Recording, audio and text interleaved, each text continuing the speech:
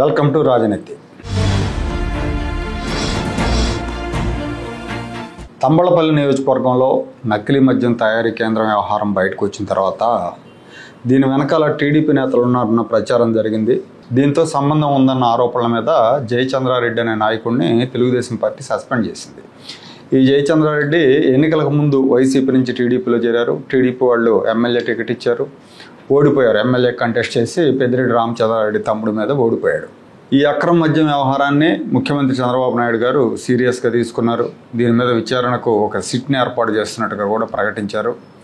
ఈలోపు ఇబ్రహీంపట్నం, విజయవాడ పక్కన ఇబ్రహీంపట్నం దగ్గర ఒక గోడౌన్లో నకిలీ మద్యం ఉందని జోగి రమేష్ తన మనుషులతో వెళ్ళి హడావుడి చేశాడు.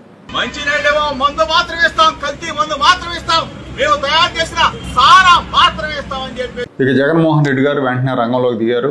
ఆయన రంగంలోకి దిగి రాష్ట్రం అంతటా నకిలీ మద్యం అమ్ముతున్నారు, రాష్ట్రాన్ని మొత్తం మద్యం మాఫియా చంద్రబాబు నాయుడు నడుపుతున్నాడు, సూత్రధారి చంద్రబాబు నాయుడు అని ప్రకటించేశారు. రాష్ట్రంలో అమ్మే ప్రతి 4 మద్యం బాటిల్లో ఒకటి నాసిరకం మద్యం బాటిల్ అని ఆయన ప్రకటించేశాడు. ఆయన పార్టీ నేతలు, కార్యకర్తలు నారావారి నకిలీ మద్యం అనే పేరుతో ఆందోళన కూడా మొదలుపెట్టారు. అంటే ఆయన పిలుపునిచ్చారు, ఈ నకిలీ మద్యానికి వ్యతిరేకంగా ఆందోళన చేయండి అని. అందరూ కూడా రోడ్ల మీదకి వచ్చారు. ఈలోపు అద్దేపల్లి జనార్దన్ రావు అనే ప్రధాన నిందితుడు దొరికాడు. నకిలీ మద్యం వ్యవహారంలో ఏం జరిగిందో డీటెయిల్డ్గా చెప్పేశాడు. దీనికి సూత్రధారి వైసీపీ నేత మాజీ మంత్రి జోగి రమేష్ అని సంచలన విషయాలు బయటపెట్టాడు. కావాలంటే వీడియో చూడండి.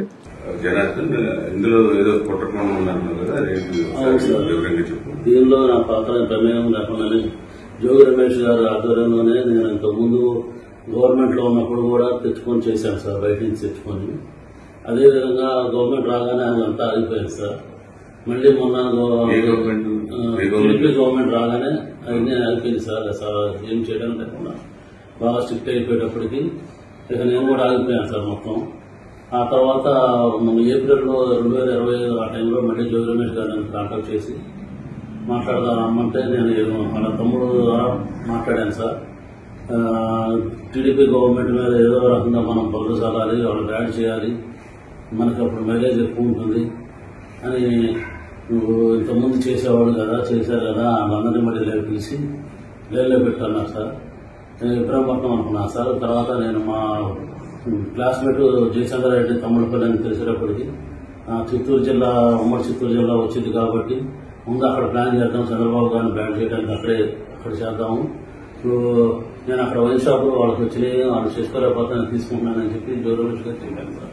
చూశారు కదా, జనార్దన్ రావు చెప్పిన విషయాలను బట్టి వైసీపీ నాయకులు రాష్ట్రంలో కూటమి ప్రభుత్వాన్ని తీవ్ర స్థాయిలో బద్నాం చేసేందుకు మాజీ మంత్రి జోగి రమేష్ ద్వారా భారీ కుట్రకు పాల్పడ్డారు. అసలు వైఎస్ఆర్ కాంగ్రెస్ పార్టీ పాలనలో జోగి రమేష్ ఆధ్వర్యంలోనే ఈ నకిలీ మద్యం తయారీ జరిగిందని జనార్దన్ రావు చెప్పారు. అంటే వీళ్ళు 5 ఏళ్లుగా నకిలీ మద్యం తయారు చేస్తున్నారు. వైసీపీ హయాం నుంచి మేము తయారు చేస్తున్నాం, మాకు జోగి రమేష్ మద్దతు ఇచ్చాడు, జోగి రమేష్ సపోర్ట్తో మేము చేశామని చెప్పాడు. జనార్దన్ రావు వాంగ్మూలం ఇచ్చాడు.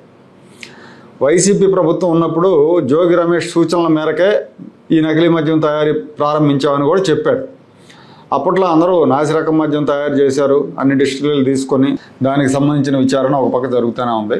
ఇప్పుడు జనార్దన్ రావు చెప్పిన దాని ప్రకారం కూటమి అధికారంలోకి వచ్చిన తర్వాత నిఘా సంస్థలు, పోలీసులు కఠినంగా వ్యవహరిస్తున్నారు. దాంతో ఈ నాసిరకం మద్యం తయారీని నిలిపేశామని చెప్పారు. అంటే 5 ఏళ్లు నిరాటంకంగా చేశాం, కూటమి ప్రభుత్వం వచ్చాక ఆపేశామని చెప్పారు. ఏప్రిల్లో జోగి రమేష్ తనకు ఫోన్ చేసి, ఈ 2025 ఏప్రిల్లో జోగి రమేష్ తనకు ఫోన్ చేసి మళ్ళీ నకిలీ మద్యం తయారు చేయాలి, తయారు చేసి కూటమి ప్రభుత్వాన్ని దాన్ని బయటపెట్టి కూటమి ప్రభుత్వానికి చెడ్డ పేరు తేవాలి, అందుకు నాకు సహకరించమని జోగి రమేష్ ఒత్తిడి చేసినట్టు చెప్పారు. ఆర్థికంగా ప్రలోభ పెట్టడంతో ఇతను దానికి ఓకే అన్నాడని, తంబళపల్లిలో తయారు చేస్తే చంద్రబాబు నాయుడు సొంత జిల్లాలో చంద్రబాబు నాయుడు మీద నేరుగా ఆరోపణ చేయొచ్చని జోగి రమేష్ చెప్పాడని జనార్దన్ రావు వెల్లడించాడు. రాజకీయ లబ్ధి కోసం వైసీపీ వాళ్ళ కుట్రలు, కుతంత్రాలు ఎంత దారుణంగా ఉంటాయో అర్థం చేసుకోవాలి. ప్రభుత్వాన్ని బద్నాం చేయడానికి, ప్రజల ప్రాణాలతో ఆడుకోవటం వీళ్ళ కొత్త కాదు, ఇప్పుడు కాదు, జమానా నుంచి అంతే. వీళ్ళ తాత రాజారెడ్డి దగ్గర నుంచి, తండ్రి రాజశేఖర రెడ్డి దగ్గర నుంచి ఇప్పుడు జగన్మోహన్ రెడ్డి దాకా మొత్తం అందరూ కూడా ప్రజల ప్రాణాలంటే పూచిక పొలతో సమానం వీళ్ళకి. 1990లో చెన్నారెడ్డిని గద్దె దించడానికి వైఎస్ రాజశేఖర రెడ్డి హైదరాబాద్లో మత కలహాలకు, 100 మంది మరణాలకు కారకులయ్యాడని కాంగ్రెస్ నాయకులు ఆ రోజుల్లో ఆరోపించారు. దిగిపోయిన చెన్నారెడ్డి ఆరోపించారు దీని వెనకాల మా పార్టీ నేతల హస్తం ఉందని. ఆ పాదిలోంచి వచ్చిన జగన్మోహన్ రెడ్డి అంతకంటే ఘనుడు, రాజశేఖర రెడ్డి కంటే ఘనుడు, రాజారెడ్డి కంటే ఘనుడు. రాజకీయ అధికారం కోసం, లబ్ధి కోసం ఎంతకైనా తెగిస్తాడు. తెలుగుదేశం పార్టీ అధికారంలో ఉన్నప్పుడు కాపు రిజర్వేషన్ల పేరుతో 2016లో ముద్రగడ పద్మనాభం తుని దగ్గర ఒక సభ నిర్వహిస్తే ఆ సభకు సమీపంలో ట్రాక్ మీద వెళుతున్న రత్నాచల్ ఎక్స్ప్రెస్ని తగలబెట్టారు. అదృష్టవశాత్తు ప్రాణ నష్టం జరగలేదు, లేదంటే వందల్లో జనం చనిపోయి ఉండేవాళ్ళు. అందరూ దిగిపోయారు, పగలు జరిగింది కాబట్టి సరిపోయింది. అదే నైట్ టైం జరిగితే అందరు నిద్రపోతూ ఉండేవాళ్ళు, వందల్లో ప్రాణ నష్టం జరిగేది. ప్రాణ నష్టం జరుగుంటే ప్రభుత్వం దారుణంగా అప్రతిష్ట పాలయ్యేది. కాపుల పేరుతో అరాచకం చేయాలని చూశారు. దీని వెనకాల కడప నుంచి వచ్చిన రౌడీల హస్తం ఉందని అప్పటి ముఖ్యమంత్రి, ఇప్పటి ముఖ్యమంత్రి కూడా చంద్రబాబు నాయుడు గారు ఆరోపించారు. అప్పటి నుంచి మొదలుపెట్టిన కుట్రలు, కుతంత్రాలు నిరంతరాయంగా చేస్తూనే ఉన్నారు. పైగా వాళ్ళ మీద కేసులన్నీ ఎత్తేసాడు. రైలు తగలబెట్టిన వాళ్ళ మీద కేసులన్నీ ఎత్తేసాడు జగన్మోహన్ రెడ్డి అధికారంలోకి వచ్చారు. అధికారంలో రావడానికి ముందు విశాఖ విమానాశ్రయంలో కోడికత్తి డ్రామా ఆడారు. ఆ ఘటనకు ఒక దళిత యువకుడు బలయ్యాడు. కేసులో సాక్ష్యం చెప్పడానికి జగన్మోహన్ రెడ్డి కోర్టుకు వెళ్ళకపోవడం వల్ల 5 ఏళ్లు జైల్లో మగ్గాడు ఆ కుర్రాడు. నిజానికి ఆ కుర్రాడు చంపాలనుకుంటే, జగన్మోహన్ రెడ్డి నిజంగా చంపాలనుకుంటే గొంతు మీద కోసేవాడు, భుజం మీద గీసేవాడు కాదు. అప్పుడు కూడా జగన్ మీద హత్యాయత్నం జరిగిందని అనుకూల మీడియాలో అల్లరి చేశారు. అది 1/2 సెంటీమీటర్ గాయానికి హైదరాబాద్ వెళ్ళి దాన్ని అంత పెద్ద కట్టేయించుకొని దాన్ని కెలికి అటు చేసి ఇటు చేసి 1.5 ఇంచ్ లోతు దిగిందని చెప్పి హడావుడి చేశారు. ప్రజలను ప్రభుత్వానికి వ్యతిరేకంగా రెచ్చగొట్టాలని చూశాడు. విశాఖపట్నంలోనే పెట్టుబడుల సదస్సు జరుగుతుంటే అక్కడికి వెళ్ళి ఆందోళన చేయాలని ప్రయత్నించాడు. అక్కడికి వెళ్ళి ధర్నాలు, ఆందోళన చేసి వచ్చిన ప్రతినిధుల ముందు ఏపీకి బ్యాడ్ ఇమేజ్ తీసుకురావాలని చూశాడు. కానీ విమానాశ్రయంలోనే ఇతను ఆపారు. ఆపితే అప్పుడు పోలీస్ కమిషనర్కు తీవ్ర హెచ్చరికలు జారీ చేశాడు. సొంత బాబాయ్ వివేకానంద రెడ్డిని ఎన్నికలకు ముందు దారుణంగా నరికి చంపారు. 2019 ఎన్నికలు మేలో జరిగితే మార్చిలో ఆయన దారుణంగా నరికి చంపారు. చంపితే ఆయన పార్టీ నాయకులు, ఆయన సాక్షి, ఆయన భార్య నడిపే సాక్షి ముందు గుండెపోటు అన్నారు. తర్వాత గాయాలు బహిర్గతం అవుతున్నాయని గొడ్డలపోటని, ఆ గొడ్డలపోటుకి చంద్రబాబు నాయుడు కారకుడని నారాసుర రక్త చరిత్ర పేరుతో బ్యానర్లు వండింది సాక్షి. తప్పుడు ఆరోపణలు చేశారు, దుష్ప్రచారం చేశారు. నిజానికి చంద్రబాబు నాయుడు ఇలాంటి రాజకీయాలకు పాల్పడ్డని అందరికీ తెలుసు. జగన్మోహన్ రెడ్డి లాగా క్రిమినల్ హిస్టరీ ఉన్న క్లాన్ల నుంచి రాలేదు చంద్రబాబు. హత్య జరిగిన రోజున పులివెందుల ప్రజలందరికీ తెలిసి ఎవరు చంపారో, కానీ వీళ్ళ భయానికి నోరు మెదపలేదు. సిబిఐ విచారణలో అవినాష్ రెడ్డి, భాస్కర్ రెడ్డి చంపించారని తేల్చారు. సిబిఐ తేల్చిన దాకా ఎవరు నోరు మెదపలేదు. ఈ విషయం జగన్మోహన్ రెడ్డికి తెలియకుండా జరుగుతుందంటే జరగదనే చెప్పాలి. జగన్మోహన్ రెడ్డి సొంత బాబాయిని ఇంకో బాబాయి కొడుకు చంపారంటే జగన్మోహన్ రెడ్డికి తెలియకుండా ఉంటుందని ఎలా అనుకోవాలి? కానీ ఈ హత్యని రాజకీయంగా వాడుకున్నాడు, రాజకీయంగా లబ్ధి పొందాడు. ఫ్యాక్షనిస్టుల అధికారం కోసం, పెత్తనం కోసం ఎంతకైనా తెగిస్తారంటానికి ఈ హత్య ఒక నిదర్శనం. సొంత వాళ్ళని కూడా బలిస్తారు. మొన్న 2024 ఎన్నికల ముందు కూడా ఇలాంటి వేషాలు వేశారు, ఇలాంటి కుట్రలు చేశారు. ఆయన ఎన్నికల ప్రచారం చేసేటప్పుడు ఎవరో గజమాలు తెచ్చేస్తే దానికి ఉన్న తీగ ఆయనకి ఎక్కడో గీసుకుపోయింది, మొహం మీదో నుదురు మీదో గీసుకుపోతే గులకరాయితో హత్యాయత్నం చేశారని, గులకరాయి వేశారు ఎవరు అని ప్రచారం చేశారు. పాపం ఆ అన్నం పుణ్యం జరిగిన ఒక కుర్రాన్ని తీసుకెళ్ళి 6 నెలలు జైల్లో పెట్టి ఇబ్బంది పెట్టారు. గులకరాయితోటి ఎవరైనా హత్యా ప్రయత్నం చేస్తారనే ఇంగితం లేకుండా ప్రచారం చేశారు.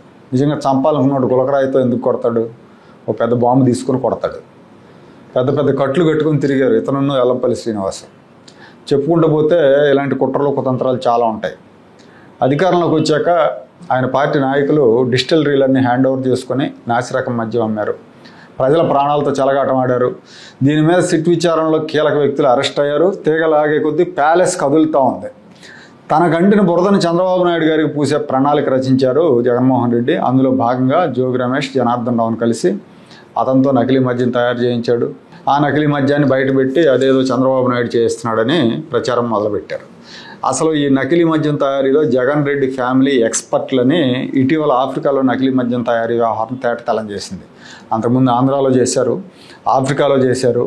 వీళ్ళకి ఈ నాసిరకం మద్యం తయారు చేయడం, దాని ద్వారా లాభాలు గడించడం, ప్రజల ప్రాణాలతో ఆడుకోవడం అనేది అలవాటు అనమాట. జగన్ రెడ్డి సోదరులు వైఎస్ సునీల్ రెడ్డి, వైఎస్ అనిల్ రెడ్డి వీళ్ళు ఆఫ్రికాలో రెడ్డీస్ గ్లోబల్ ఇండస్ట్రీస్ పేరుతో సారా వ్యాపారం చేస్తున్నారు. Reddy's Global Industries. ఆఫ్రికాలో కూడా ఆంధ్రప్రదేశ్లో లాగా నకిలీ బ్రాండ్స్, సాచెట్లలో నకిలీ మద్యం అమ్మారు. ఈ మద్యం తాగి ప్రజల వేలల్లో చనిపోతుంటే ఈ రెడ్డీస్ గ్లోబల్ ఇండస్ట్రీస్ని ప్రభుత్వం సీజ్ చేసింది.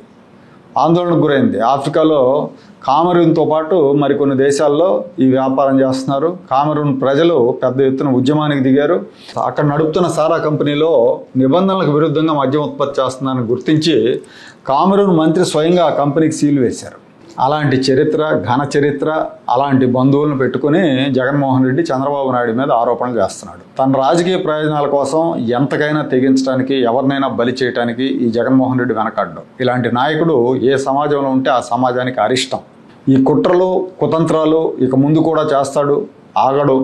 ప్రజలు ఆ మాయలో పడితే దెబ్బైపోతారు. ప్రభుత్వం కూడా సమర్థులైన బ్యూరోక్రాట్లను పెట్టుకొని అప్రమత్తంగా ఉండాలి, నిరంతరం అప్రమత్తంగా ఉండాలి. సమర్థులైన బ్యూరోక్రాట్లను ఎందుకు అంటున్నా అంటే ఇప్పటికే కొంతమంది జగన్మోహన్ రెడ్డి భక్తులు కీలక పదవుల్లో కొనసాగుతున్నారు. ఆ దృష్ట్యా ఈ సూచన చేస్తున్నాను.